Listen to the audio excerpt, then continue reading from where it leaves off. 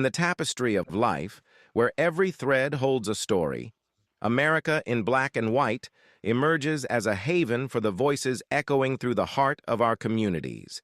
In this podcast, we wade through the rivers of our collective experiences, celebrating the vibrant hues of change brought forth by the whispers of hope and the roars of action. It's more than just a conversation. It's a journey into the heart of our society, illuminated by the light of those daring to dream and do.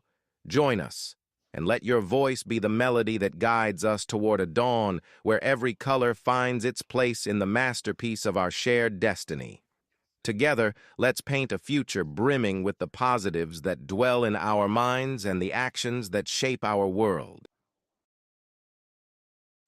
Good evening, ladies and gentlemen, and welcome to another episode of America in Black and White. I'm your host, Charles King.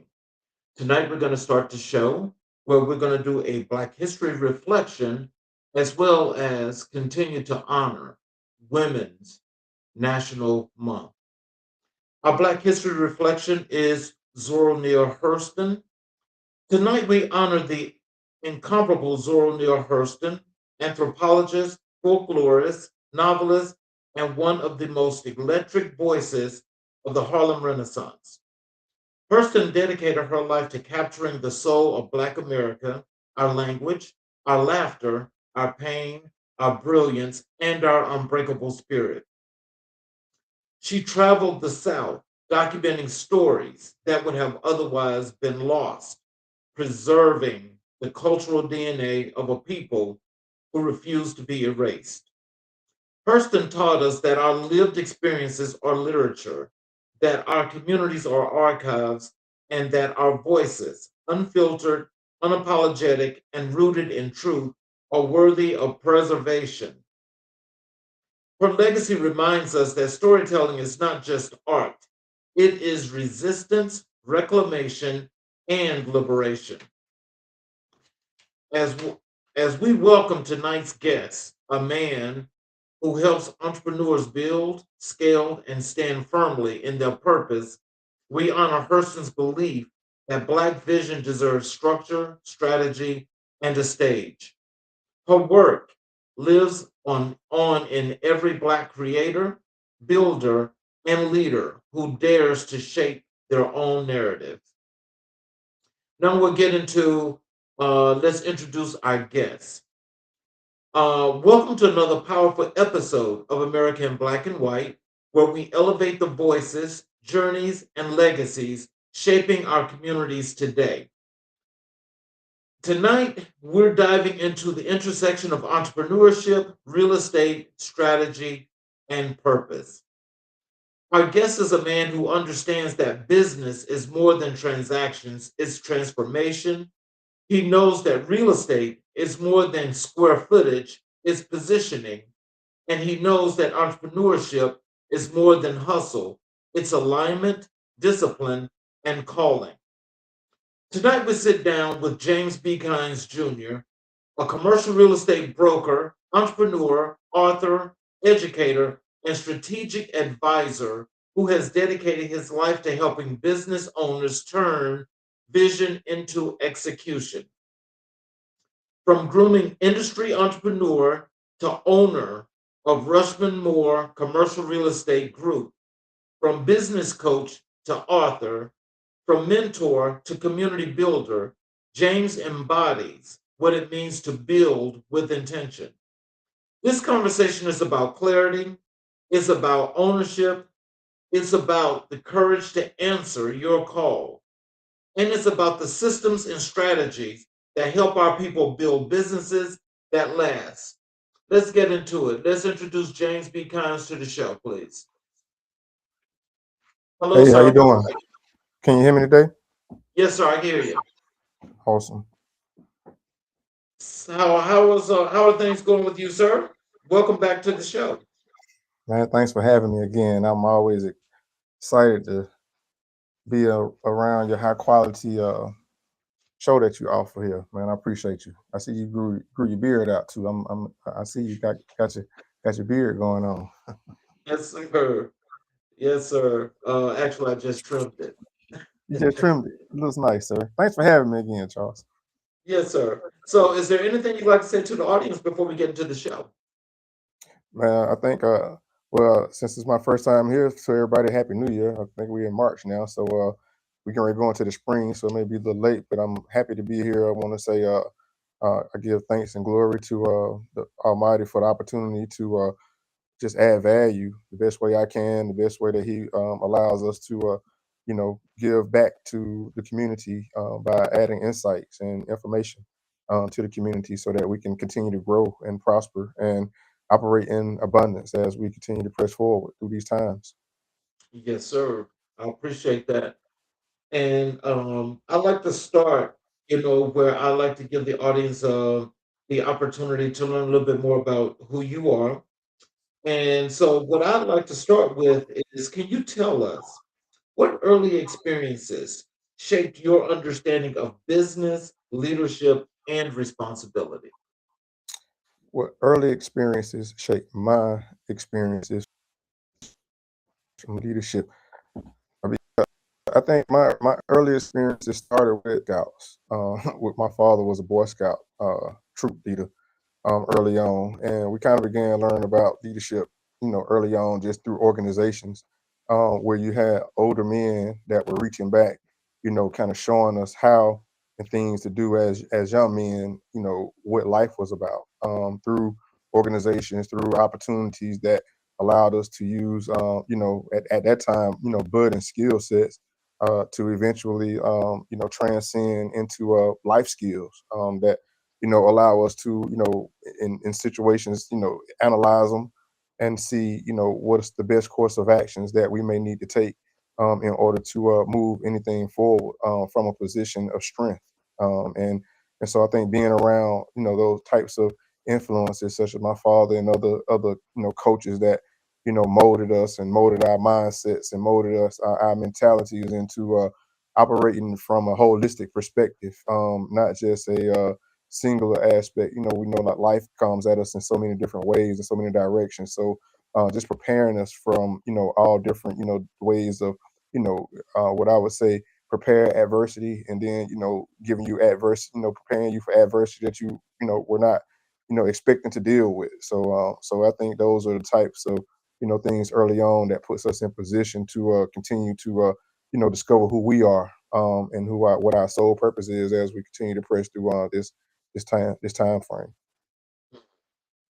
So, how did growing up influence the way you approach entrepreneurship today? Man, just relentless, just being relentless. I think probably around my early high school years, playing sports, being in athletics and participating and competing. It really like shape that attitude of you got to go and you got to perform. You have to do what you need to do to prepare. The old saying like proper preparation prevents piss poor performances. And so, given the mindset to prepare properly, given the tools and the ingredients of what that looked like, seeing success early on, being a part of program, being a part of a culture that was promoted the ingredients that created winning, and winning as a tradition and winning as a lifestyle, and that kind of transcended into adulthood throughout. When you take on businesses, when you're an entrepreneur, and you have to go out and create, whether it's a company in itself or taking over a company, but you have to get out and be about that daily hustle, identifying what that looks like for that particular call, what it is that you're doing, and doing the things that you need to do to accomplish the things that you are trying to accomplish at the end of the day. And I think that's the biggest thing, um, is doing what you need to do when you need to do it. And that's called discipline. So, can you tell us what are some of those things, and also how does those things resonate with you today as you lead your business and you shape the form for other business leaders to become great leaders? Well, I mean, I think as a former athlete and as a former coach, I think I'm still a coach. I think you never stop really being a coach once you begin, those kids and people that you help influence, or you help direct their path. So I think they always consider you a coach. Even in life, you have, you still consider to be a life coach. So I think some of the things that I think really help put those in perspective, as far as the difference. Being an athlete for me is like, the things like for and I say use athletics because for me athletics like transitions into like the disciplines of business. So if you're going to be an athlete, you obviously have to prepare your body, and in order to prepare your body you have to prepare your mind, because the body will do as the mind tells it. And that's the same as business, right? In order to prepare and structure and create a sound business, you have to create a sound plan. Like, so the plan being the mind and the execution being the body. Creating a sound plan, and understanding, same as your mind, right? You have to have an open mind, right? When it comes to training and it comes to preparing, and because you may get in a situation, say during a game, and the plays you ran may not be working, right? And so now what you have to do, you have to pivot. You have to figure out how can I use the talent that's available to me to change my game plan around, to the other teams, that's showing us what I would say their advantages. How can we change our game plan during the course of the game, right, to put us back in a position of strength? And so that's similar to business, right? How you write the plan, it may not fully execute how you have it, quote unquote written, how you quote unquote see it, how you mentally have it prepared to execute it. So do you quit? Do you say I don't want to run the play no more? I don't want to play in the game no more? Or you figure out like how do I pivot, you know, during this time? And when when you're dealing with life, you have so much, so many different things that are happening that will cause you to pivot. It's some things you can control, you may not control. I mean, we got obviously situations going on right now where 2 weeks ago, $2.95. Today is $4. All because that's happening, out of something that really you don't control at the end of the day. But you got to pivot because now you have to figure out how can I pivot, for my business during times where uncertain things are happening. And so stuff like that happens in sports. It happens in games. Like things happen that you may not anticipate happening. And so preparing your mind and being in the mindset of knowing that we have a plan, but being open-minded enough and being amoebic enough to know that I might have to switch the plan up a little bit to accomplish my goal, that keeps you in the optimal position of winning, whether it's in life or in business. Mhm. So, what was the first moment you realized you were called to build something of your own? Oh, that's a good question. I mean, I had to always kind of I go back to uh I say my granddad was a great influence because he was an entrepreneur, right? And so, but I really didn't understand at the time like he was an entrepreneur. I just kind of knew that he worked for himself and he kind of he controlled his destiny, by doing what he desired to do. I mean, early on I worked in corporate America, but I think like for me, the call for entrepreneurship came, I think it was early on. I mean, because I think my first job I worked with a guy, he was an entrepreneur. And so I'm getting all this entrepreneurial influence around me, and I'm like I'm feeling like it's going to be something for me. I didn't know exactly what that was though. For whatever reason, I just didn't know what my lane would look like. It started with for me. I had one of my good friends was an artist, entertainment artist, approached me about managing him while we were in college. Um, I would say that probably was like the first thing that said this might be our ticket into entrepreneurship. Managing my best friend, as an artist, and we started down the path, and we kind of began to do all the things that we consider necessary to help take him to that next level, as a manager, and that began to propel other opportunities for me. For example, as far as you know, I got an internship with a record label.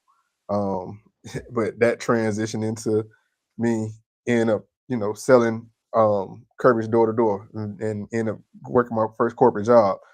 but I was doing all of those other corporate things while at the same time and still envisioning like because when I started managing him, I created a management company like around him, and that was kind of like the first thing, that first aha. From that began like the ideas of diversification. Like, what would we do if we really if we hit it and blew up, and we had a windfall of money come to us, a positioning that came to us? What would we do with the money? And we began like brainstorming about other ideas at the time. I mean, I remember us. It was myself, my artist, and we had a group that I was managing as well. And I remember we were sitting back. We had a powwow spot where we would go and sit and have like good conversation. We kind of strategize, talk about our next move.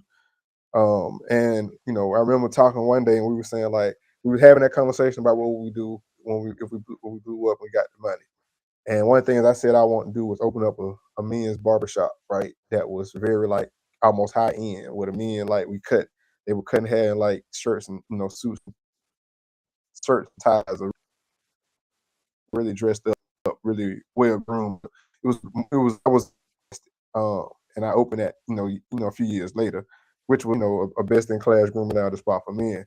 But we didn't know it. I didn't know at the time how that was going to happen. And so it was long as these paths of entrepreneurship, walking the path, walking the faith, that certain things begin to reveal itself to you and allows you to kind of continue to take things from one step to another. So that was probably the first thing that was my powwow, my aha moment into entrepreneurship. It was through doing management, artist management for one of my good friends. So, how did your early ventures in the grooming industry prepare you for commercial real estate?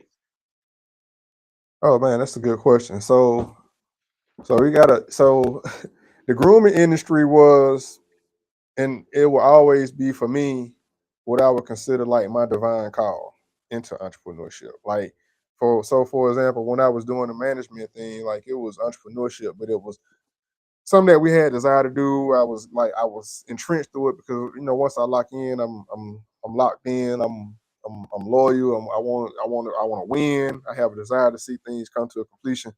Um, but that was the other thing I was doing when you talk about entrepreneurship. I was the neighborhood I was a neighborhood barber from 12 years old, and ended up kind of like being the dorm room barber when I went to college. And the corporate America time frame for me had kind of expired. I got laid off twice, selling office equipment, and I remember like just kind of like having this conversation, internal conversation, like I just don't have no desire to have my destiny in somebody else's hand. Like, and I was talking, it was a spiritual conversation. I was kind of talking to God, like I need something to do where I can control my destiny, can be in my hands, right? Didn't know what that looked like. I was just kind of talking in the wind, so I thought I was. And so I was at the time working with a business management firm, and it was kind of like a trajectory where like you know my dream job had came to me because it was entrepreneurial, but at the same time it was what I would say, it was entrepreneurial, but it was still corporate. Kind of, it was a mix in between like being corporate and being entrepreneurial in what I was doing for that organization. And the ideal thing, I was on the way home one day, and I was, just kind of frustrated at the time, to be honest with you, by what was going on, with the organization I was working with. And that's when I heard like his voice tell me to turn the barbershop. And that's when the barber career started. Like, because I heard this voice tell me to turn the barbershop. And so going into the grooming industry, it really opened my mind up. First off, really taught me humility, from a place of not understanding, doing something that you didn't fully have a plan to do. It was not my plan to be doing that at the time, right? My plan was, I was kind of operating in the plan that I had a strong desire to do. So for me, it was like almost like you interrupting what I'm trying to do. And it's like, you know what I mean? Like, for real, dude. Like, you interrupt what like when you think about it in retrospect, as you mature and you grow and you realize what this path has been taking you to, and you realize like, man, you was a real prick. Like, like, and it really like taught me like a level of humility that I'm so thankful, because it taught me service, right? It taught me how to serve men, how to serve people from a different capacity. Um, versus I worked in sales, bottom line dollar. I was trying to working in sales. You're trying to make the most commission you can on a transaction. At the same time, solve a problem for a client. So it's kind of I gotta solve their problem, keep them in their budget, but I need to be able to make as much money as I can off this transaction because I get paid a commission off of it. When you go into the barbering world, in the barbering industry, it's like a complete 360. It's like a complete shift. Like, the money you make is now complete correlated to the service that you provide. And so it really taught me at the time how to humble myself and how to be obedient to what I'm being called to do. But a few years later, I had a desire to still get back in transactions. And I don't think like he really took that away from me. It was just a matter of what I needed to learn to progress into my next phase. Because the back end of being in corporate America, I really understood and I really enjoyed the process of doing business to business transactions. I was selling office equipment, but I was calling on corporations. I was calling on businesses, and I was able to talk to CEOs and presidents and controllers and the people who control how the money roll with the company, right? So those are the people who were making the decisions about whether they were going to invest into like this, piece of equipment for the, so their company can operate more efficiently. And so my desire was to eventually get back into transactions. And actually, I was working with the management firm. I was able to, now be in what I desired to do from a management perspective of, going from working with entertainers to athletes. And so transitioning into the barber game, that really like, had clients that were coming in, especially and some were investors, and they were asking like, do I have clients who, had companies or businesses that were looking for investors? And then I would have companies come in that were people, had clients that would come in, they had businesses, they had opportunity, they were looking for investors. And so I got the bright idea that, hey, I can get back into transactions by facilitating these deals from behind the chair.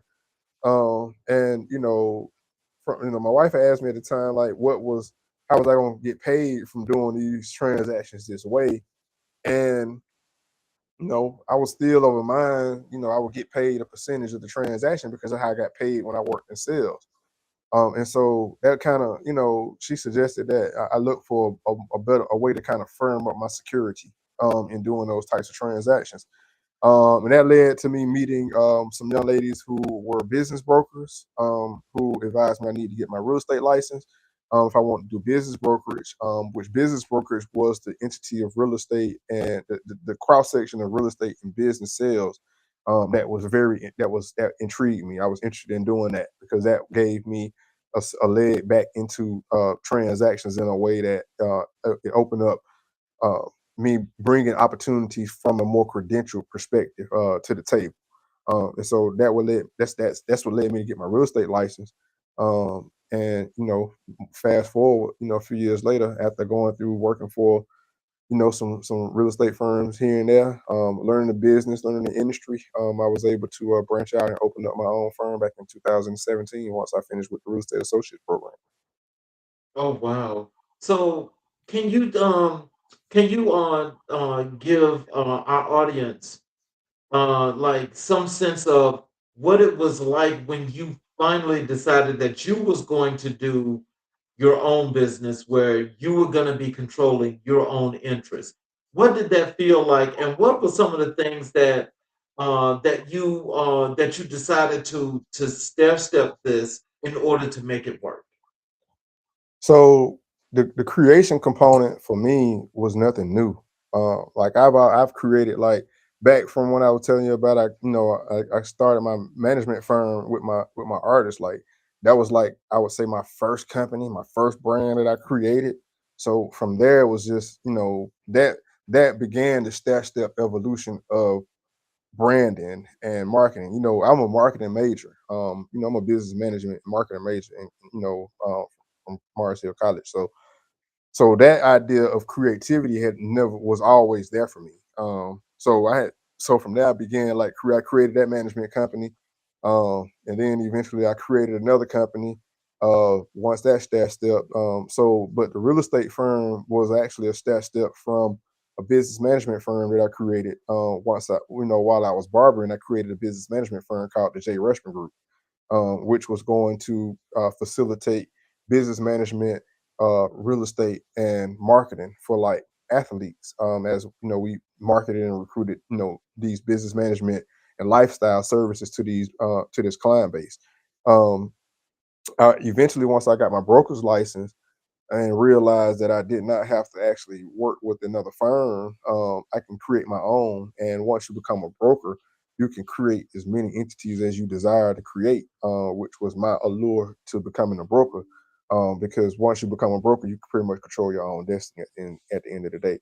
So that took 3 years for me, just being a licensed agent,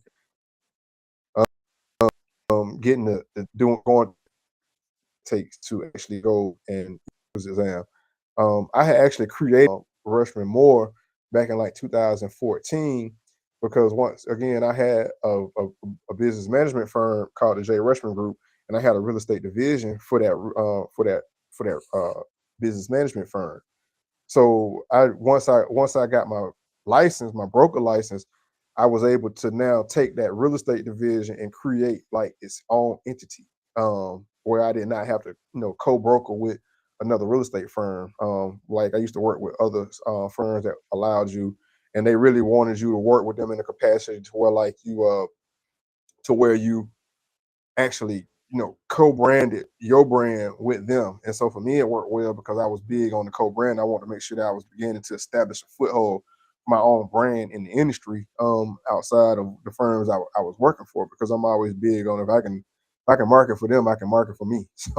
Uh, so once I created that, now you come up with the name, the Rushmore Moore name for the real estate firm was a whole thing of how do I now create this entity, create a firm that kind of can stand on its own, can substantiate itself as being, quote unquote, a minority owned firm without quote unquote saying it's a minority owned firm. And so I'm a history buff. I love history. I love storytelling. I love our ancestors for how they always transcended like the myths of our history, from generation to generation through the stories that they told, from time to time. And so I was very intrigued by the Moorish Empire. I was very enamored by just like the accomplishment for these people. I mean, you got to think like we established in the annals, like they don't want to tell you your aspect of the levels of history that you participated in. Like we just hear all of a sudden, like like we just hear it with 18. What year they came over here? 15. So we came stuff 16. We got over here. That's when we started then, right? Yeah. Now we got a deep history, and for 800 years, just speaking about the Moors, and in particular, like they took over and ruled Spain, and a lot of the culture and a lot of the culture that you see in a lot of those European countries, like it was heavily influenced by people that look like you and I. So um but they, as they conquered land and as they took over land, like unlike a lot of the it wasn't about, we're gonna go and just destroy it, take over this land and destroy it and pillage it, and what I'm saying, conquer the women, and I'm pretty sure some of that took place, don't get me wrong, but ultimately it was about creating systems. It was about improving like the land. It was about going and how can we're gonna take this land, we're gonna show these people how to really, you know, take care of themselves. They sick because they bathe in their own, feces, and they really living like very cave cave lifestyle. They don't want to tell y'all that, but hope they don't delete us, Charles, for that. But but but anyway, you know, uh, our people went over there and cleaned things up. Let me put it to you like that.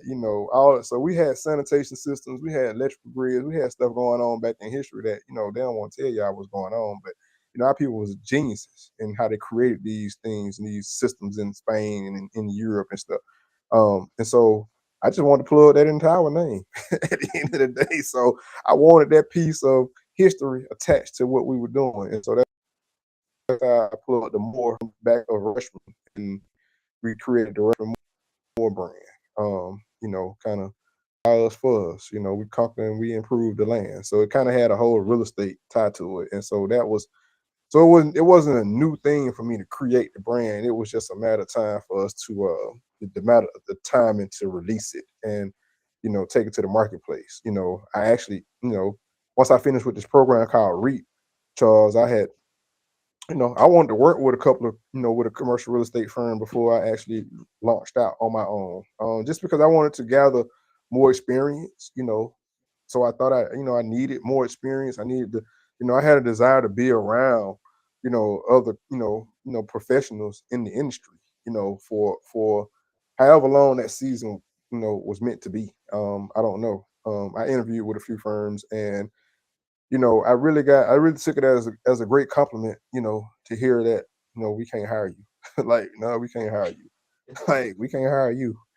And I was like, why you can't hire me? I'm like, and at the time, people may see more on you than you see on yourself, in a good way. And so I take it as a compliment, like that. People saw something on me to say, look, you need to go do your own thing. You can do it. You have what it takes. And I mean, we what 2000 what we 2026. So man, we about to go on almost 10 years out here. And we continuously just elevating. So that's the step, man. Right now we still babies in the game. So we still really learning our niche in a way that we can fully benefit our community and add value to, our client base at the end of the day. And so that's where we are in our process. Okay. Oh, there's a comment here in the chat. Um, I'll put it on the screen. It's from Stephanie Poe, and she says, "What a story." Thank you, Stephanie. Thank you. Um, so can you tell us what personal values have remained constant throughout your journey? Personal values that have remained constant throughout my journey. Man, that's a good question. I think an early lesson for me, uh, it came from my father, like early on, and my dad was real big on character and integrity. He taught us like about, he was like, he used to tell us all the time, like, hey man, you ain't got nothing but your name and your word. Like, your name and your word means so much to you, and and so it's one of the things that I've been able to take into, the business world. Again, like, the humility component. I'm just thankful, like to know that, I'm no better than nobody else. I'm thankful he taught me that aspect of humility, of really abiding by, understanding that you have purpose, but understanding that your purpose is intertwined with the overall whole. So although we're no better than anybody else, that you still are unique in your own right. So operate in your own capacity, and move in that power. And so I think just having, doing business in a way that you can sleep well, and being in a position to where, like, that you don't have to do and take on all business that does not feel, aligned with where you're, accomplishing, where you're seeking to go. At the end of the day, alignment is, I think, the biggest, one of the biggest lessons at this point in time in my career, because I've learned that you can toil, you can work hard, you can meet a lot of people, you can claim, be well known, but if it's not our purpose, in your soul purpose, then I don't think it's kind of like, in my opinion, being how you have like those phone chargers, and you can plug a charger up, but it's not the right charger for your phone, Yeah. and it's not the right cord, and you don't get, so it's your phone read is charging slow because you don't have like the right components to charge it. So that's kind of how life is, almost like how this thing operates. Like you got to be plugged into the right thing to get the full charge out of it. Don't mean like you won't have emotion. Don't mean you won't receive energy, but I think they receive like that full blast of energy that is designed for your emotion. You need to be plugged into the right situations and plugged into and that comes through proper alignment, and that comes through discernment, and that's growth. So let's transition over to your entrepreneurship Okay, a little bit more in depth, and let's talk a little bit more about Rushman Moore Commercial Real Estate Group. okay. What inspired you to launch Rushman Moore Commercial Real Estate Group? What inspired me to launch? So that goes back to just the trend. I tell people, like, they ask like, what's the difference of doing residential real estate or commercial real estate? And for me, it goes back to the lesson I learned when I was working in corporate America.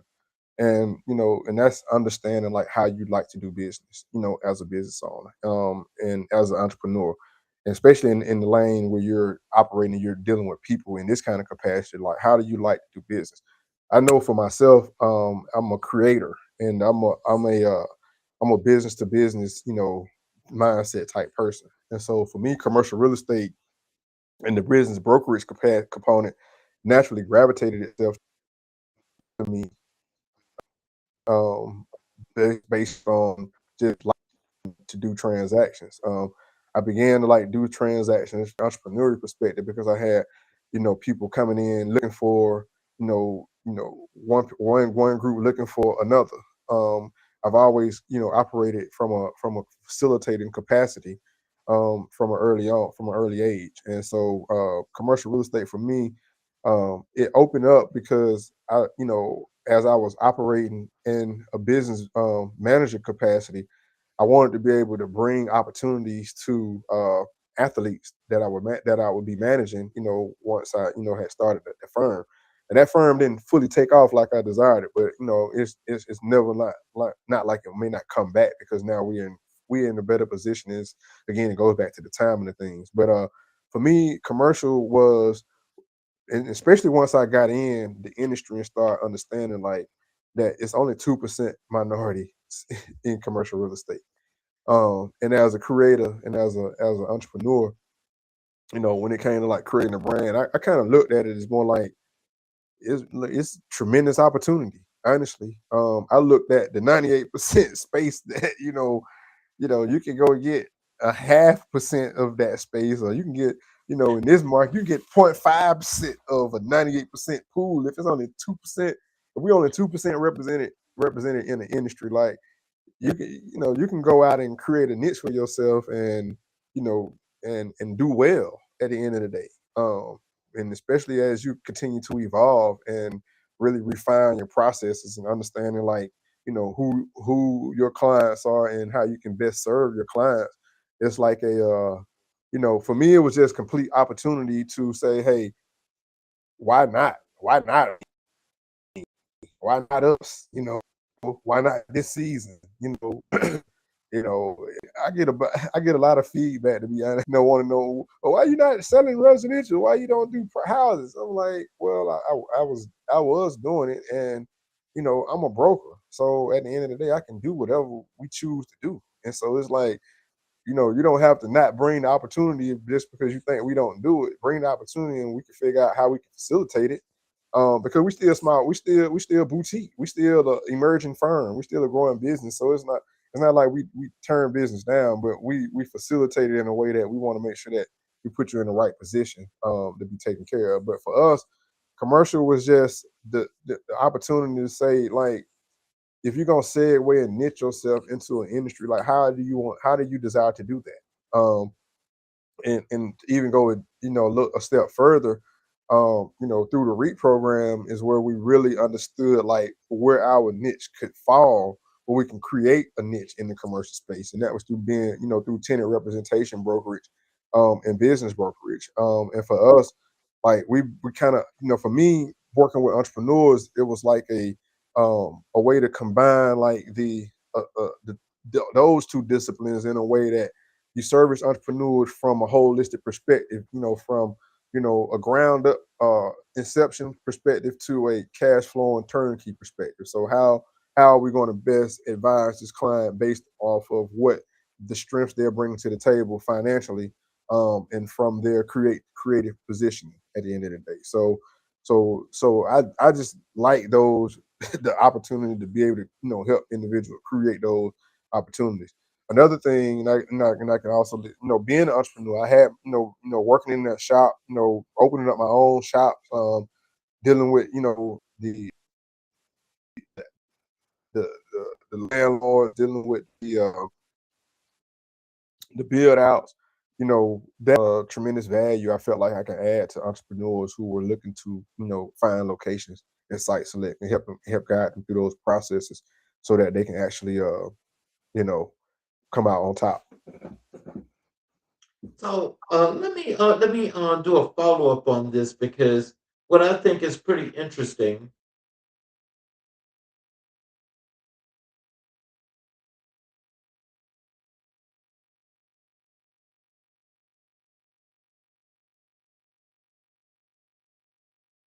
You good, Charles? I'm sorry. Cut that heat off. Can't make too much noise. And so, what I wanted to do as in following up on that question, as in not seeing much representation with that number being so minute that it's 2%. What was the inspiration and the motivation that pushed you to really want to succeed in this particular industry when you started? Man, that's a good question. Um, I think I'm driven. I think I'm overall driven. But I think like the motivation um was hearing how challenging it is. Like how, that's a tough industry. Then you start hearing about, it's a good old boy network. Like, then you start hearing about you know, you got to find out what you want to do, what lane you want to walk in, what are you gonna specialize in. You start, it's always like these layers of identity that people try to put on top of you so that they can pigeonhole you or peg you or say you do this and say you do that. So for us it was like um, how can we segue into the industry, and how can it's almost like how can we play the game, but play it in a way that we create our parameters while we play it. And so for us that looked like when they say, okay, how do what are you gonna specialize in? Before I was in that REAP program, um, I was kind of already doing tenant rep work. I was working with business owners already, like kind of helping them find locations. I just didn't know it was called tenant rep brokerage. And so I was operating in that level of capacity of a tenant rep broker, just didn't know it. And so once I understood like what that looked like, I said, okay, one of our core competencies can be tenant rep brokerage, right? But I still wanted to be agnostic when it came to industry. So because you can specialize, right? As a tenant rep brokerage, you can specialize and you can only do office, or you can only do retail, or you can only do industrial, or you can be a tenant rep broker who only work with doctors, or only work with beauty salons, or only work with you know any type of niche industry. Like you can actually specialize in that industry, and you become a specialist in that industry. And there's nothing wrong with that. Like it's people that do that all day, and they operate, and they do great. Becoming specialists. As a matter of fact, I work with specialists, as a broker, and that's one of the ways that we continue to move business forward and create networks. Because if opportunity comes to me, and now I'm operating in a more agnostic, generalist capacity. If it's something that I need help with, I'm gonna find a specialist, and I don't have a problem finding a specialist because that's gonna help me look like I, I know how to hand off. They'll not be within my capacity, because my ultimate goal is to serve my client. And the specialist puts my client in a better position than me trying to do something myself. Then let me find a specialist so that we all win. I don't mind splitting the commission at the end of the day because the client wins. if I find the Right. best situation for the client and the client win, we all win. So Right. they're gonna want to call us back because they know we know how to position them to win at the end of the day, and that's where we and that's I think a lot of times when you operate in a boutique firm, a lot of times you get you may get feel like you're handcuffed that you got to do it all. And early on in your career, you start you kind of get that mindset you got to do it all, you got to do it all. But as you mature, you start realizing like delegation is your best friend. Specialists are very keen to your operation. So for us, like being specific in a niche, because I felt it was important for us to create a way to truly segue. Right? It's more challenging trying to come into an industry just saying I'm in the industry and nobody knows like exactly what you could even possibly be good at doing because you're so general, and then you're new in the industry, and then you haven't come in the industry traditionally, meaning that you didn't come in working for a major commercial firm already, a big firm, and you had experience working with a big firm, doing those corporate type transactions, and all of a sudden branched out and opened up your own firm. No, our segue into the industry was what I like to say almost like a complete kick the door down. Like, right, nobody really gave me no job, really, quote unquote offered me a job to come work with a firm, which is fine. But we in the game still. I've seen people even leave the game. We going through a global pandemic. I've been through another recession, and it's been challenging. But I think like the thing about it is like once you build roots and you plant your roots, like you stay firm, and you allow your the thing about when you think about trees and how trees grow down and they grow up at the same time, right?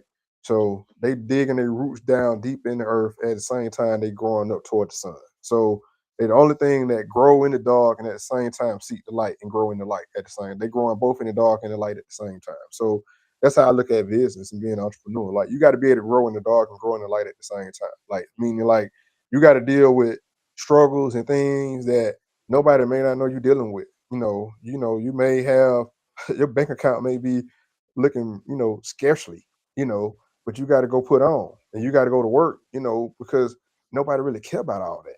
Right. A customer is trying to have a problem solved. Right. You know what I mean? If you solve the problem, guess what? You get paid, your bank account fills up, right? But if you wallowing in your problem, you wallowing in what's going on, if that's the reality you living in, then you transition that energy to your client. Like, and people feel that. People like, and they feel that. So you come off as desperate, right? You don't come off as a solution based person. You come off as somebody I need to get this deal done, and now you rushing the transaction, and you rushing the client to make it happen, and it ain't for the client interest, it's for your interest. And so you have to really understand like the levels of ego identity and breaking it down to like you at the base level of humility, because even as a tenant broker, for example, right, to people all the time, like we negotiate out.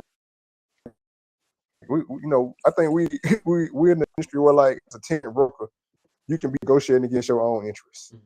Be my client in the best interest means that you know if I'm starting out and the square foot is say $20 a square foot, I'm trying to get my client in at $15 a square foot, I'm cutting my commission Mhm. because I get paid off the transaction. I get paid off what that square foot cost.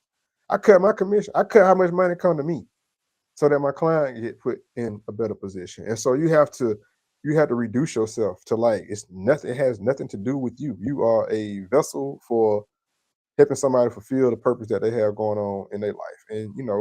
And it's a blessing that some transactions pay very well. So we're very thankful to do the job that puts us in position to win at the end of the day. And that's by putting clients in position to win. Well, I have a couple of questions here in the chat Yep. from Stephanie. Okay. Um, this first one is she says with not seeing, let me put it on the screen. With not seeing much representation, with what you have seen in totality, is there a different generation in that industry, even with the 2% representation?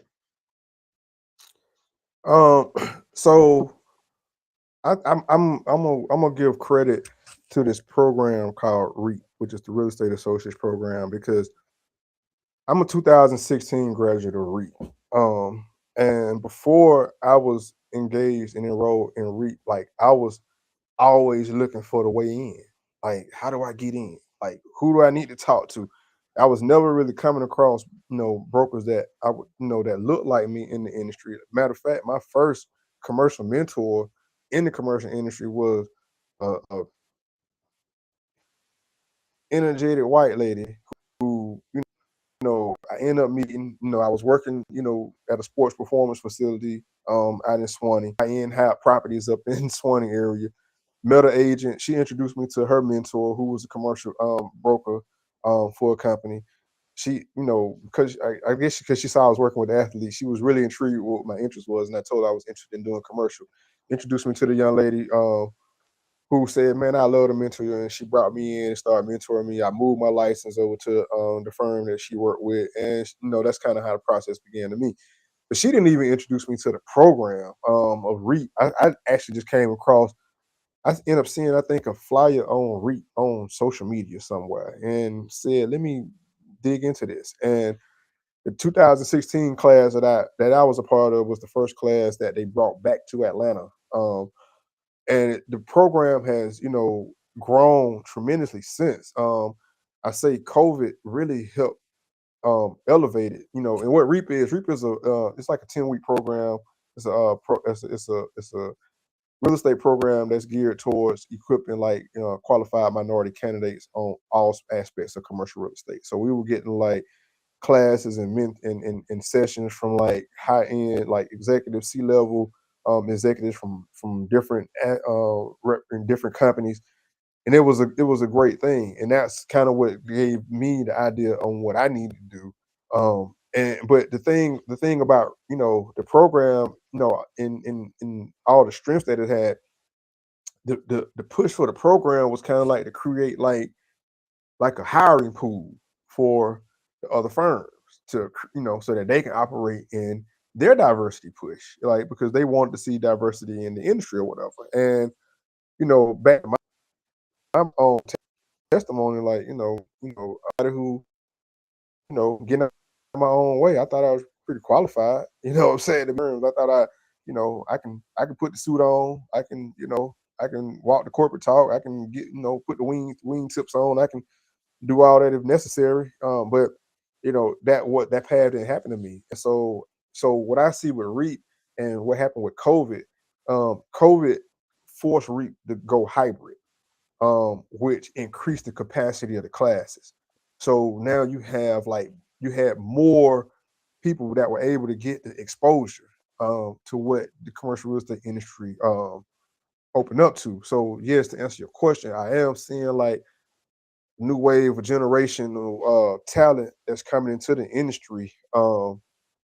But I'm also seeing more of us actually, branch out and creating our own, situations, our own businesses as well. Because my opinion is right, you can only dent the industry if you how can you can only dent an industry if you can create the flow of people in the industry. Meaning for me, right, it'd have been great for me to go, in my opinion, to go work for a firm, a major firm. But I wouldn't have been able to hire nobody because I would have been working for them in a capacity as an agent, as an associate broker, working in a silo, working with a team, going out working accounts or whatever, right? So how would I be able? So you talk about the pressure, Charles, about the success part.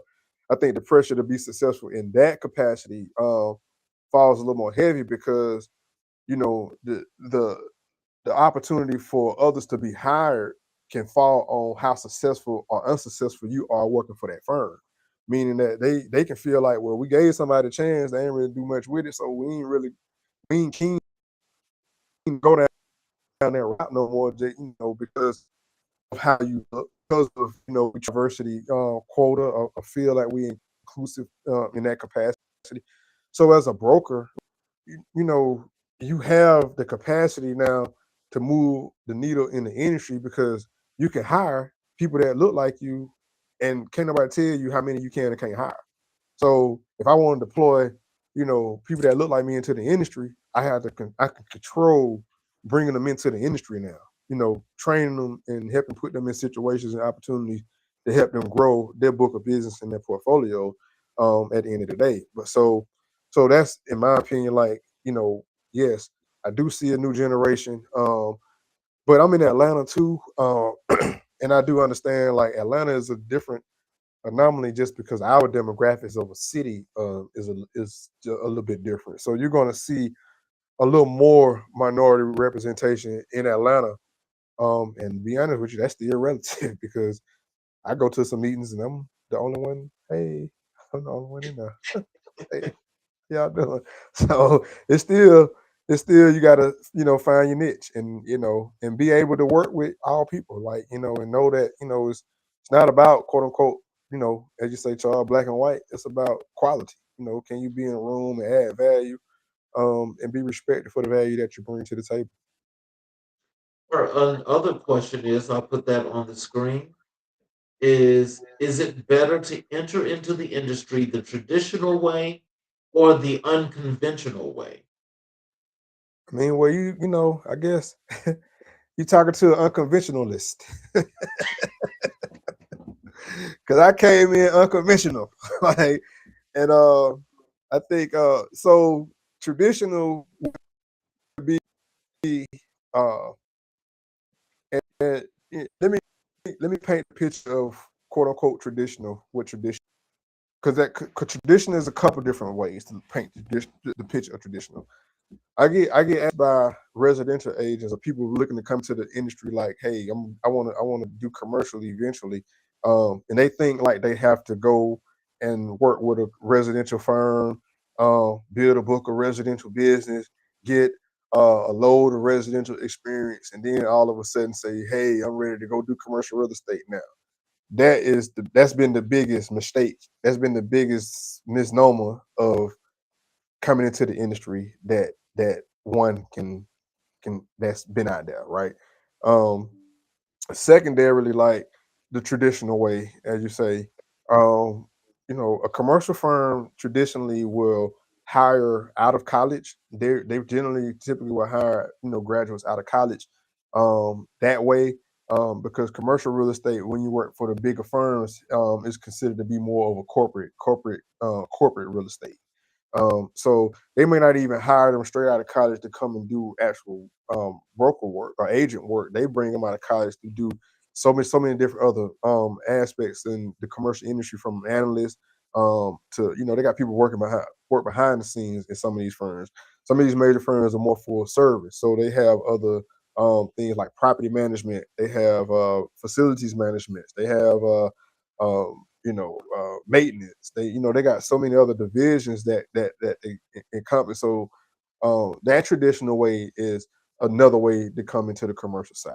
Now, unconventional, and what I would say, let me say another traditional way. This is another traditional way that is not out, that's not quote unquote heard of traditionally. Like, and you don't have to real estate. You have to know how you want to do business. You have to know what level of business transaction you desire to do. If you have more corporate relationships, if you have business relationships, friends with businesses, friends who operate from a business mindset, you have a network of individuals who operate in a quote unquote business operational capacity. Like, you very well could niche yourself into a commercial space because now you have a spirit of influence that can help you, begin to turn other opportunities into, favorable opportunities for you.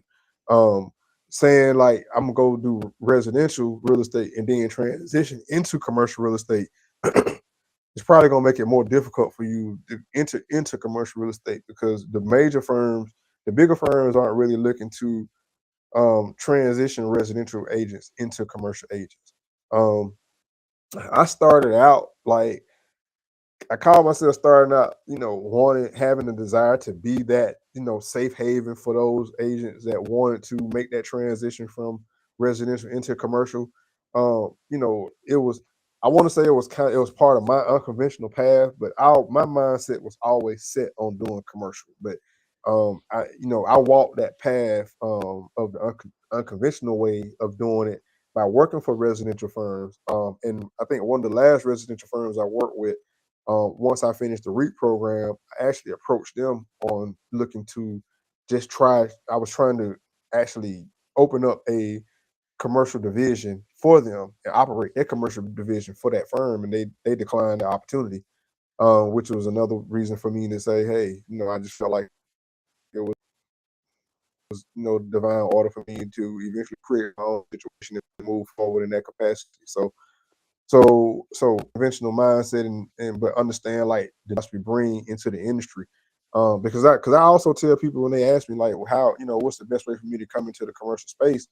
I often say like, well, what are you currently doing now, and how can you possibly add a layer of business conversation to what you're currently doing to say, say for example, you were you work for a doctors, you've been a nurse or worked in the medical field for years on top of years, and say all of a sudden I want to become a commercial, do commercial real estate.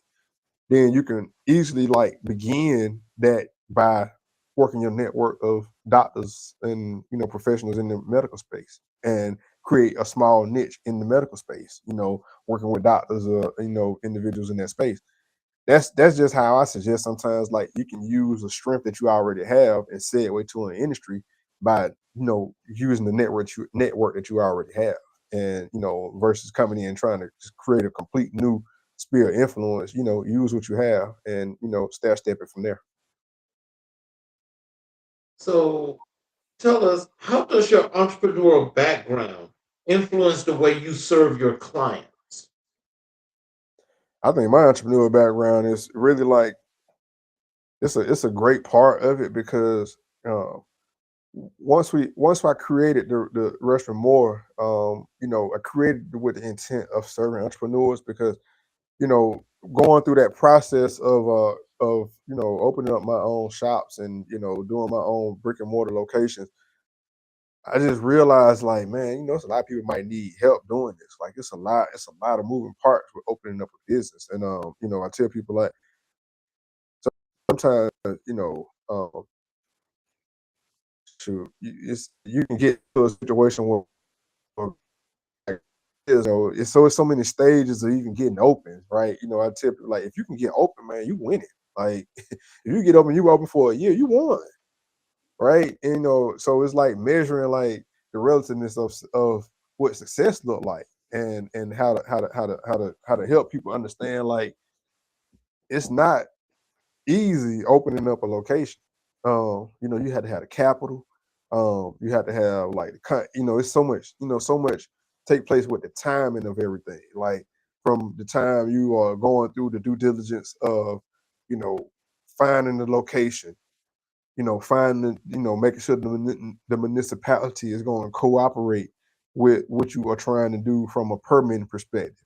Making sure the landlord is going to cooperate with how you have a desire to operate that business. If you're looking to do a lease, like the permitting, the licensing. Then you got the contractors. You got to make sure your contractors lined up in a way that they can come in and start your build out in a way that they can be finished with your build out efficiently, because you got inspections that take place throughout that process. And so, obviously we try to do our best job of getting them as much time as necessary to go through those processes, because once you sign at least the clock ticket, like now, you're gonna have to start paying rent in a short amount of time. And ideally, like, we want you to operate from a position of strength where like you ready to operate, you ready to move your business forward before that time frame comes. You don't want to be still building out and now your lease coming in, like, because now you about to operate in the red. And so we try to do our best to keep clients out of those positions. And so, my background, you know helps because I'm to get a location if I don't feel like you're already ready. Like even if I want a space, I need a space. If you got this certain urgency, and then I start asking for certain things, to help me move you forward. and you don't have certain things for me to help you move forward, then I start looking at like you're not really ready yet, you know. And my advice a lot of times is, you know, I don't have a desire to see you having to operate your business at your cash register. Meaning that, you know, you have a business plan you created, it's perfect on paper, but now you gotta put people, you gotta put human resources in some of these positions, and now you have to like operate this business, you know, hoping that the numbers come in, hoping that you drive the business, drive the flow, so that you can cash flow in a way that you can pay all your bills and you can pay your employees. And if you don't have like the capital stacked from, whether it's a loan or a line of credit or something where you can, you know, float the business, you don't, and you going in without, you know, savings, or going in without that capital behind you, you know, you can operate, but you're gonna be operating against the wall.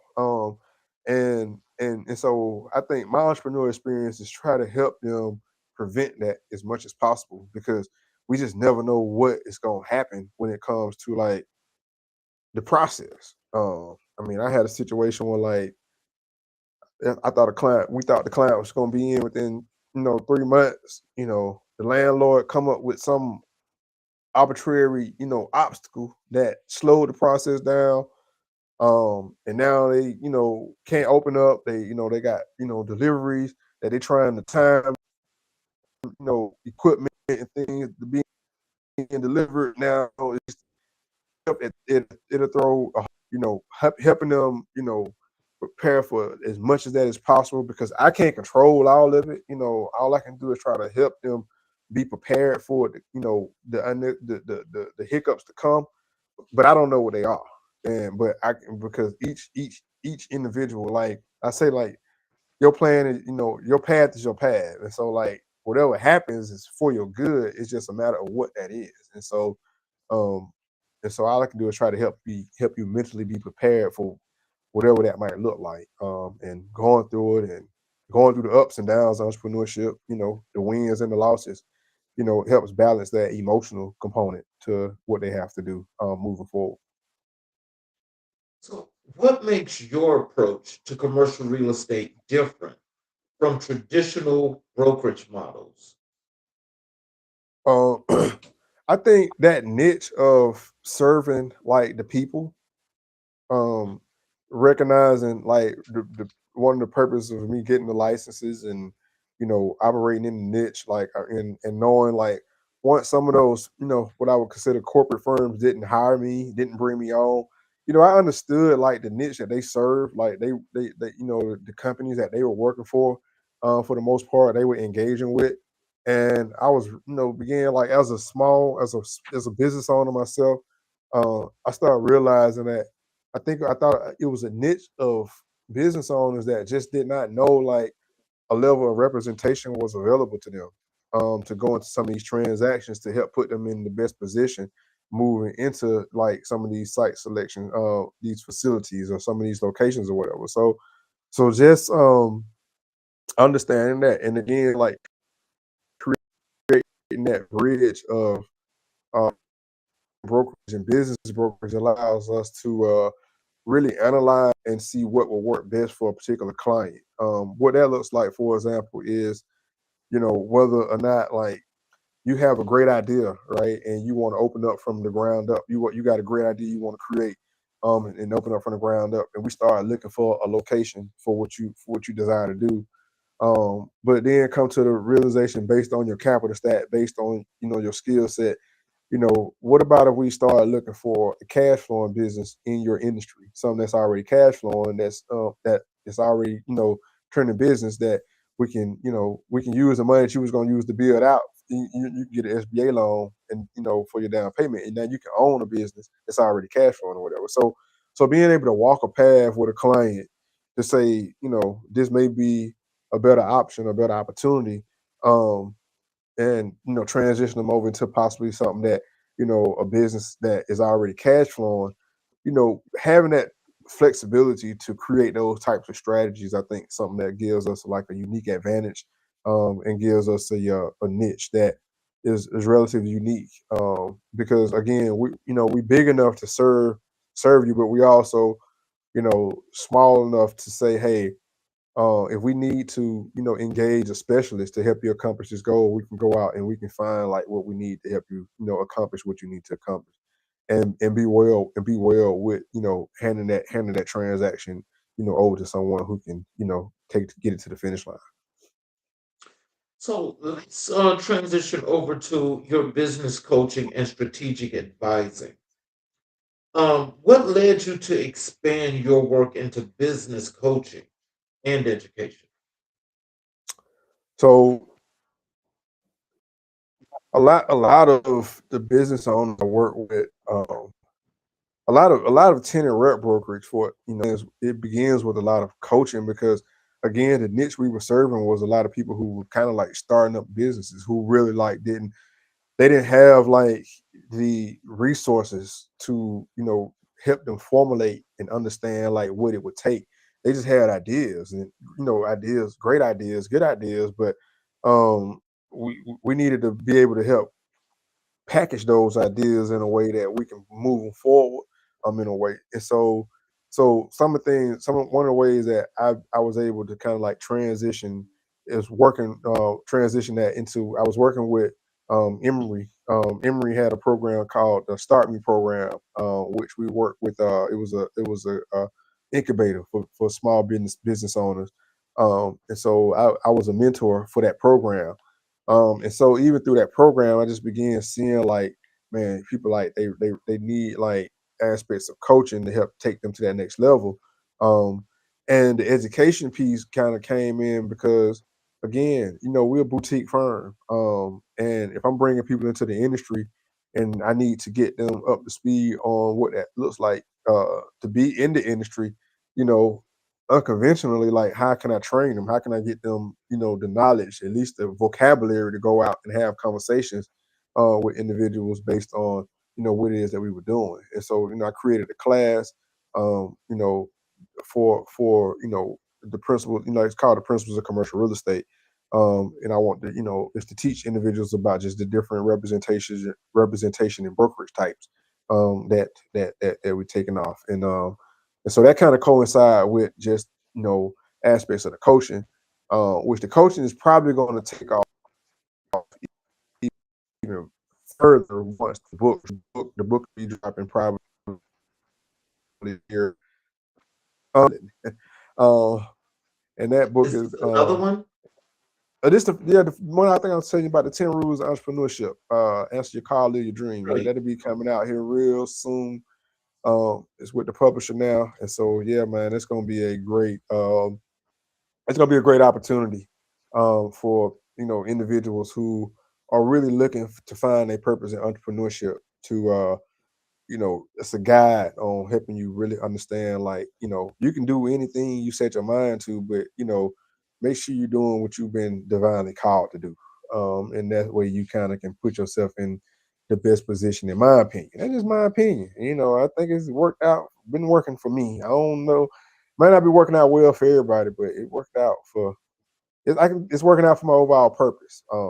And that looks different for everybody.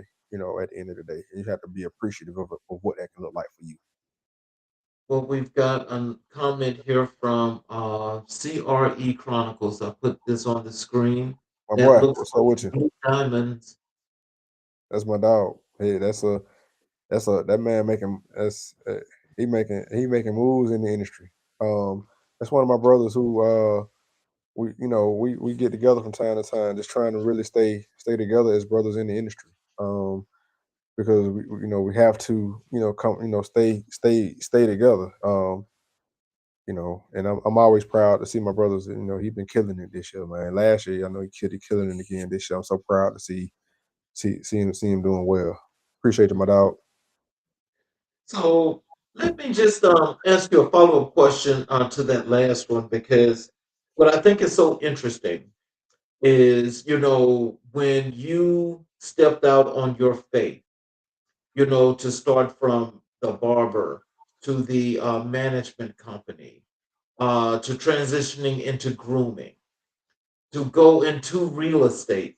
commercial real estate at that, being underrepresented, being successful and building out with several branches to your brand, and knowing to get into commercial real estate, there's just this limitation because there's not much representation of people that look like you.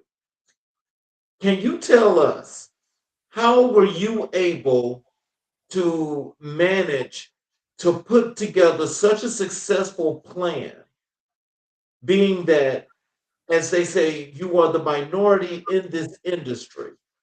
And as difficult as it is to go through so many obstacles to keep you from jumping the hurdle, which you jumped anyway. Tell us what was that? How were you able to put all of this in this package like this that's Man, still running right now? man, that's a good question, man. I'm gonna be honest. Like this answer, this answer might this might ruffle my political connects, as they say. Man, I canceled all the plans. I don't have no plans. I gave it all to God, to be honest with you. Cause I just like every time I made a plan, it just did not.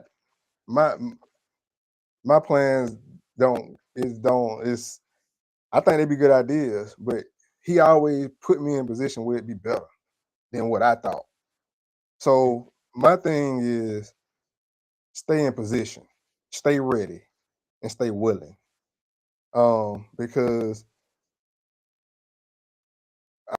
I, I mean, the plan shoot was to I didn't know how many multi-millions over by now. That was my plan, but but I just want to stay rooted, as they say, stay on. I want to stay on the post. I want to stay connected to where he was calling me. Ever since I heard that the call, I got called into the barber game. I heard that voice so clearly. Like for me, I just stopped. Like I try to operate. I try to create plans per se because I know people like to see stuff like that in writing. They want to see that you got a direction that you're going into. And I started coming to this place where like, man, the ultimate power is just really like trusting like what he has for you. Like I can sit here and be like, man, I want to do 10 deals a year. I want all of them to be $1 million deals. Like I can sit here and strategize like how many people I got to talk to, like, how many phone calls I got to make a day. Like I go through all the analytics and none of it pale into like knowing you in the right place at the right time, knowing he putting you in the right positions when you need to be there, knowing you meeting the right people when you need to meet them. So the plan is just to be present. Plan is to be willing. The plan is to operate with the integrity of knowing that, man, he got your back. Like it's I can't help but talk like this, dog, because it's just been so much part of my journey. Like, you know what I mean? Like I've been through so much of, we won some, we lost some, like, you know what I mean? Like it's been up, it's been down, but it's been steadily knowing that it's you doing something that he continually project you and take you to another level as long as you continue to, do the work, do the self work, do the work that like, I would love to say like, man, my plan was to be working probably for a municipality right now. In the next 5 years, I might be a director of economic director somewhere. I mean, but I don't know. Like honestly, like my thing is, man, I'm interested to see how I unfold myself. To be honest with you, that's my plan. But I'm gonna stay on post, and I'm gonna stay diligent, and I'm gonna stay consistent doing what we have to do. I'm gonna stay in position, and whatever happens and whatever he's sending me, I know it's gonna be great, and I'm gonna operate in that capacity. And that's just Man, that's just the best way. That's just how I move, man. I've been out here so long, dog, as an entrepreneur. Um, it's I consider entrepreneurship the ultimate test of faith. To be honest with you, like because sometimes you just never know. Um, I still have clients that I still groom, honestly, and I can leave out one day and say, man, I don't know who I'm gonna deal with today. I don't, nobody called me yesterday to schedule an appointment today. and get the one I'm supposed to be, and I get 4 phone calls, like, you know what I'm saying, like 5 phone calls, like, so I just kind of, it's a strange lifestyle, man. I wouldn't wish it on nobody if they ain't ready for it. I mean, I don't know how ready I am for it, to be honest with you. I'm just pushing, and I'm just thankful to operate in that capacity, man, for sure.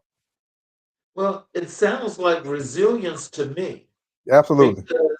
because I mean, when it definitely can't be in the absolute, Right. but to be present is to be ready, as you mentioned earlier.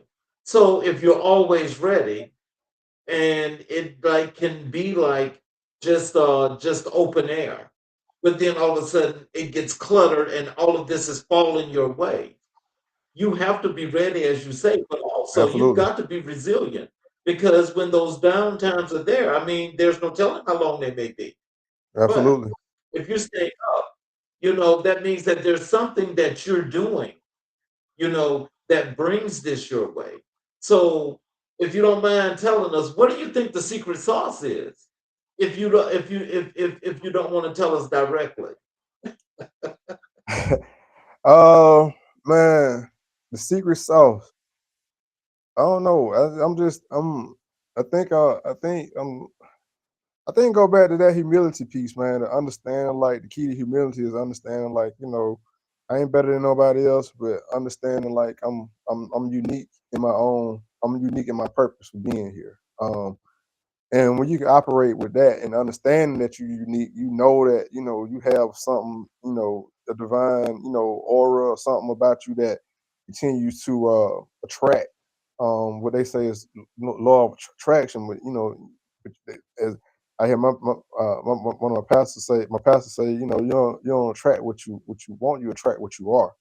And so, from a deeper hermeticism perspective, like, that's the law, law of vibration, like the vibration of, like, what are you vibrating, like, and I just like to, believe that I vibrate, from a frequency of peace, abundance. I try to be loving. I'm a Virgo, so that can go a different way. That can go that can go many different ways. Without us, there was no world, because I'm a Virgo. Amen. So that can go. You push them buttons too many ways. That can be something completely different for you. So pray for me on that. I'm working on me, my inner self. But I just I'm just thankful, man. Of you know, uh, Man, I don't have no choice but to put it on, some higher than me, because I think, like, if I was to try to be banking on what I think my skill set should have done, or should be producing, or whatever, it may be. I'd be thinking I should be have flown to the moon and back by now a couple of times, but I'm thankful that he just kind of keep me in position, man, keep me humble enough to operate in a willing capacity. And I think that just being willing is what continues to attract opportunities. I was telling somebody, one of my friends earlier today. I said, "Oh no, I keep getting opportunities that if they execute, I can't tell nobody that he was the one that did it, because they unconventional, and they people seeing someone will be impossible, but I don't think that anything is really impossible. I just think it's a matter of if it's ready to operate in that, if it's the timing, for that particular thing to operate in. So just a matter of the right time. So I mean, I don't know. I'm thankful for whatever it is. I'm thankful. So let's talk a little bit about 10 rules to entrepreneurship. Okay. What inspired you to write this book, 10 Rules to Entrepreneurship? So the inspiration for the 10 rules of entrepreneurship, man. I started when I closed my groom allowing the spa in Buckhead. As they were moving the stuff out the building, we were going to put stuff in storage. Man, it's like the same voice that told me to turn that barbershop. Like, it hit me, like, while I was sitting on back in this U-Haul truck. Why do you catch a load of stuff up? And I got a book for you. I want you to write this book about entrepreneurship, the rules of entrepreneurship. So this kind of thing that had happened to me up at that point, right? I had like so the Kings of Atlanta was my second opportunity to be in ownership of my grooming of a shop. My first opportunity, like it was, it was from what I thought was, it was kind of ideal. But I started seeing like some chinks in it, moving forward. That's when I created my business management firm, the J. Rushman Group. But it was certain things that happened to me throughout that process that I just felt like I could, going back to becoming a broker, doing commercial real estate, just things I thought that could add, to the experience of entrepreneurship. On top of, how did I end up being behind this barber chair? You talk about plans, right? Like that was my plan. Like I had no plan of of being behind a barber chair, working in the barber shop. I mean, I was cutting my friends' hair in the dorm while I was in college. I had my good friends, I was seeing about them. Nothing like the clientele that I, was able to establish while working in the shop or whatever. But that just was not a part of my plan. And so um that that whole trajectory of my life happened because what I felt like a call that I answered. Hearing him say turning that shop light was like him calling me to do something beyond what I had planned to do myself, right? And so it was bigger than me. So, once I kind of got into it, and started experiencing, clients from a different level. I had one guy come in to the shop when I was working in Buckhead. His daughter was, in the shepherd's, just to hear his reaction to us grooming him. And, he was just in such down spirit when he came into the shop. And, see this man, feel better just, behind that grooming experience, kind of let me know that, you ain't got to ask God for no more power. He gave you everything you need. You just got to use what you have. And so it kind of, all these experiences like culminated into like me, I started voice recording, like just I just started voice recording like what this was gonna be about. It took me some time to complete it. And I kind of have had it completed, what I would say, for a while. I was telling my son this. I was telling my son about, divine timing. I was talking to him about divine timing. I was like, man, the book kind of been finished, but I think is, truly divine timing, as far as like, getting ready to come out now. I was like, if I would have put it out 2 years ago, I was like, it was things that I hadn't experienced on the spiritual walk that, I wouldn't be able to add, the value to it when talking about the book now. And so I'm thankful just for that timing. And even like my publisher, like, she was kind of she working on getting it, getting the link up to Amazon, and I don't know, she was experiencing some technical difficulties, I think, doing it. But my assurance to her was like, look, man, whatever you experience, it ain't really you probably. It's just the time. So I'm cool with the timing. Like when you get it done, I know it's gonna be the right time for it to be done, and we'll be able to launch and release. I mean, my plan was to have it ready before you tonight to put in your chat, but it ain't ready yet. So Mhm. I'll get back to you, and maybe it'll be ready when you launch the magazine by the end of the month. So have it for you by the end. Good.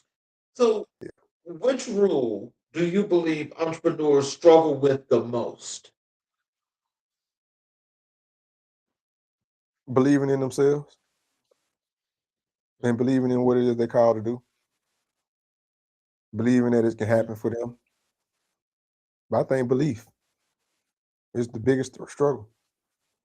But lack of belief is the number one reason why people ain't even moved on their dreams right now, Mhm.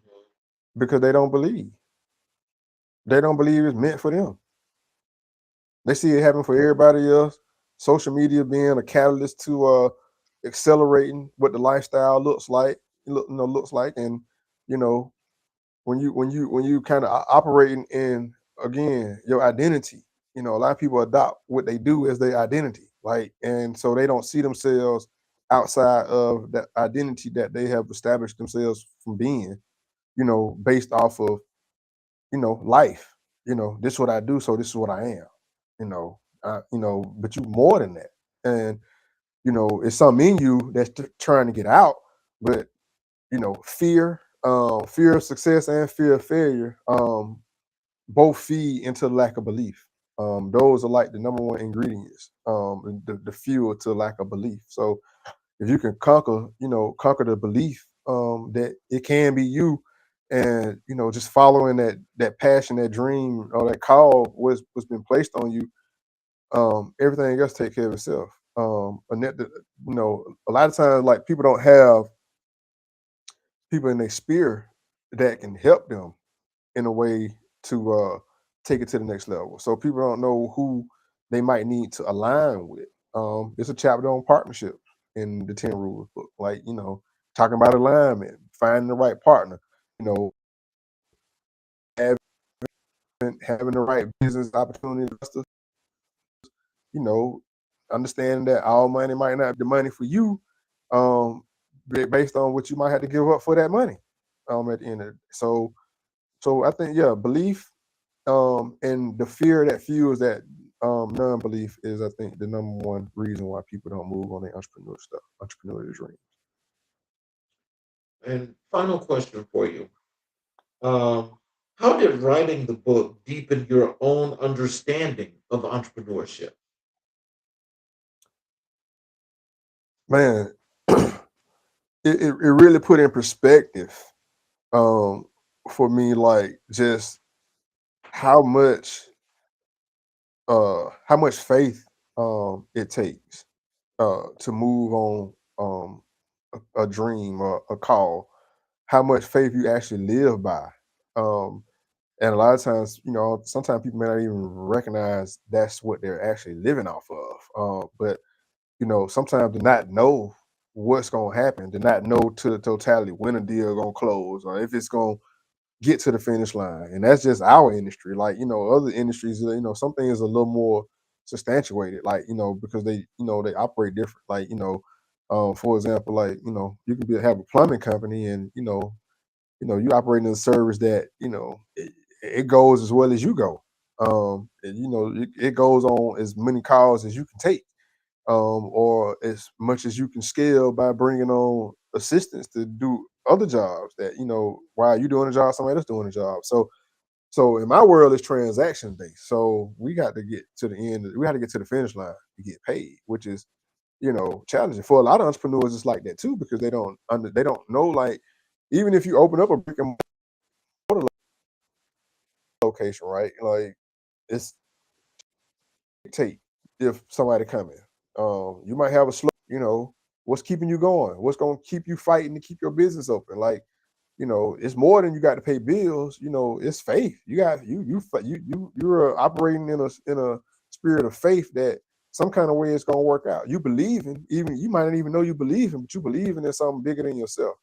And I think, like, that's one of the biggest things that I was able to take away through the process of writing a book. It brought me back to a place of, again, humility, because I've gone through the losses. I've gone through some losses and gone through some things that some people may not bounce back from, and it'll traumatize you. If you open up a business, losing the business, closing the business, a business not working out, as successful as you had desired or planned for it to work out, it could traumatize you.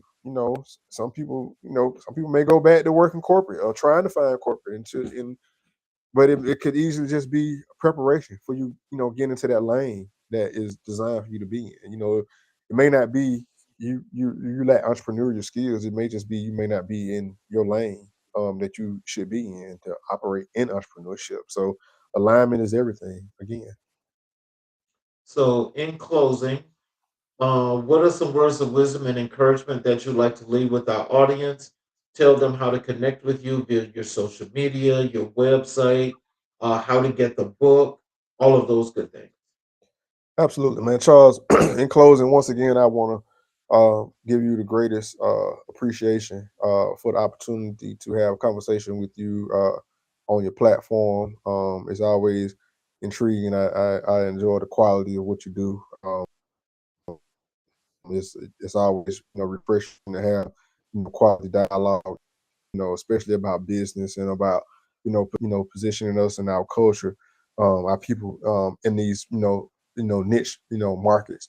Words of inspiration. I would just say if you're an entrepreneur, aspire entrepreneur, business owner, or someone looking to endeavor and take that leap of faith into whatever that call is for you, by all means, just be vigilant about it.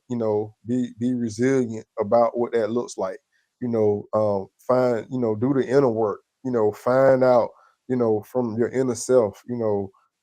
Close your eyes, meditate, find what it is that you're purpose to be doing out here. We come to this dimension to fulfill a soul purpose. And if entrepreneurship provides you the platform to operate from a position of power, because it gives you the creativity to shape what it is that you are uniquely designed to be here doing in this dimension. So I'm here for you. I want to see you win. My desire is to support you the best way I possibly can. By all means, follow me if you choose on social media platforms. I'm all of them at James B. Kynes Jr. As you see written on the bottom of the screen right there, I can give you my full government. I ain't really running and hiding from nobody. So you can definitely follow me there. You can our real estate firm is Rushman Moore, REG. That's RUSHMANMOOREREG.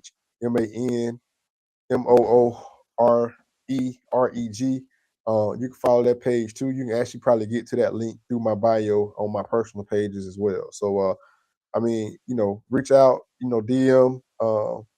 I love to help you, love your service, your business. I am looking for some businesses for sale. So if you know anybody looking to sell a business, let me know. I do have qualified buyers. Money together too. Let's do that. Well, before I close, Okay. I want to tell you thank you and how much I appreciate you for being back.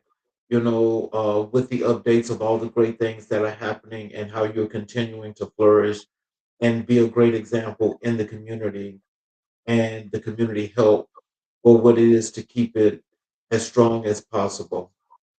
For those of you that are following us or watching on any of our 8 streaming channels, especially our YouTube channels, if you could please support us by subscribing and enabling all notifications, it will allow you to get the shows live when they go live. And you'll also give you the opportunity to go back to any of those channels, and you'll be able to watch all of the episodes that we've ever done and get the messages of all the great positivity that people that look like you and I have contributed not just to their communities, but creating, well, what they're also contributing to society today. This is what we're going to need to unite to keep going and to continue getting strong. Um, my closing monologue is this. Tonight's conversation reminds us that entrepreneurship is not just about ambition, it's about alignment. It's about building with intention, choosing with clarity, and moving with purpose. James B. Kynes Jr. has shown us that real estate, business strategy, and personal calling are all interconnected.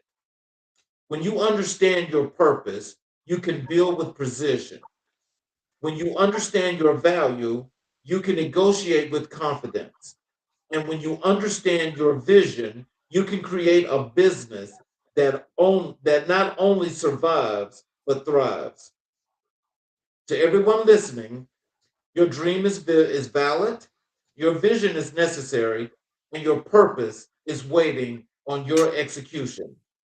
Build boldly, build intentionally, build with strategy. This is American Black and White. I'm your host, Charles Zachary King, and thank you for joining us. Good night. You have a great evening. Thank you, James.